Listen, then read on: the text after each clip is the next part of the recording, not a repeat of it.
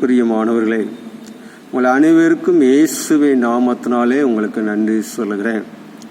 சுப்பனியா 3ஆம் அதிகாரம் 15வது வசனம் இப்படி சொல்லுகிறது: உன் ஆக்கினிகளை அகற்றி உன் சத்துருகளை விலக்கி இஸ்ரவேலின் ராஜாய் கர்த்தர் உன் நடுவில் இருக்கிறார், இனி நீ தீங்கை காணாது இருப்பாய் என்று சொல்லி கர்த்தர் அந்த வார்த்தையை சொல்கிறது. உன் ஆக்கினிகளை எல்லாம் அகற்றி உன் சத்துருகளெல்லாம் விலக்கி இஸ்ரவேலின் ராஜாய் கர்த்தர் உன் நடுவில் இருக்கிறார், இனி நீ தீங்கை காணாது இருப்பாய். பாருங்க, உன் ஆக்கினிகளை எல்லாம் அகற்றப் போகிறார்.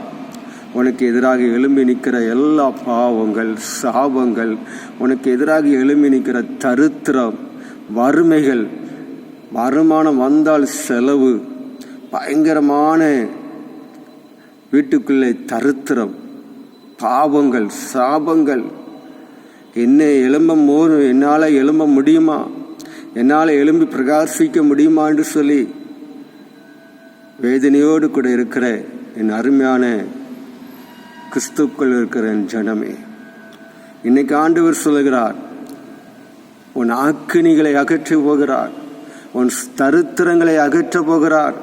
உனக்கு பின்பாக வருகிற பாவங்கள், உன் முதுகுக்கு பின்னாடி இருக்கிற பாவம், உன்னை தொடர்ந்து வந்து உன்னை பலனீனமாக்குற அந்த பாவம் உன்னை விட்டு அகற்றப் போகிறார். உன்னுடைய கையின் பிராசங்களை நீ சாப்பிட விடாதபடி உன்னை தரித்திரத்துக்குள்ள கொண்டு வருகிற அந்த பாவம், அழுக்கு உன்னை அகற்றப் போகிறார். அப்படியானால் நீனும் நானும் பரிசுத்தமாக வேண்டும்.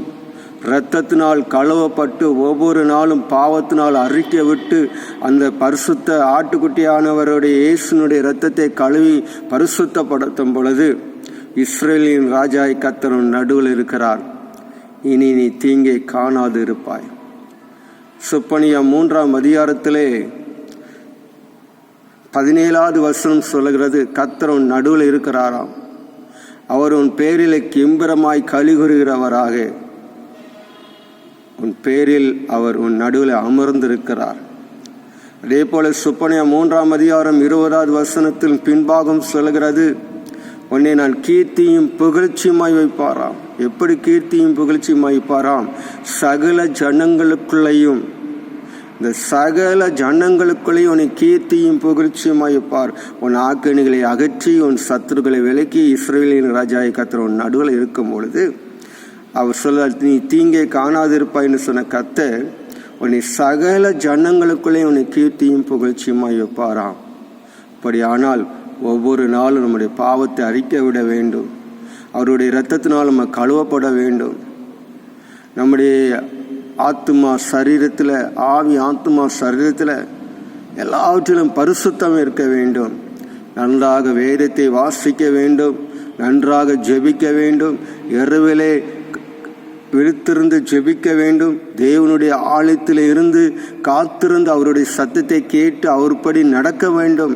அப்படிப்பட்ட காரியங்களை நம்ம செய்ய இருக்குமானால், அப்படிப்பட்ட காரியத்தினால் நம்முடைய ஜெபத்தில் எல்லாவற்றிலும் நம்ம அவருடைய பாதத்தில் அமர்ந்திருக்கும் பொழுது உன்னை சகல ஜனங்களுக்குள்ளே உன்னை கீர்த்தியும் புகழ்ச்சியும் வைப்பார். இந்த வார்த்தையை கர்த்தர் ஆசீர்வதிப்பாராக.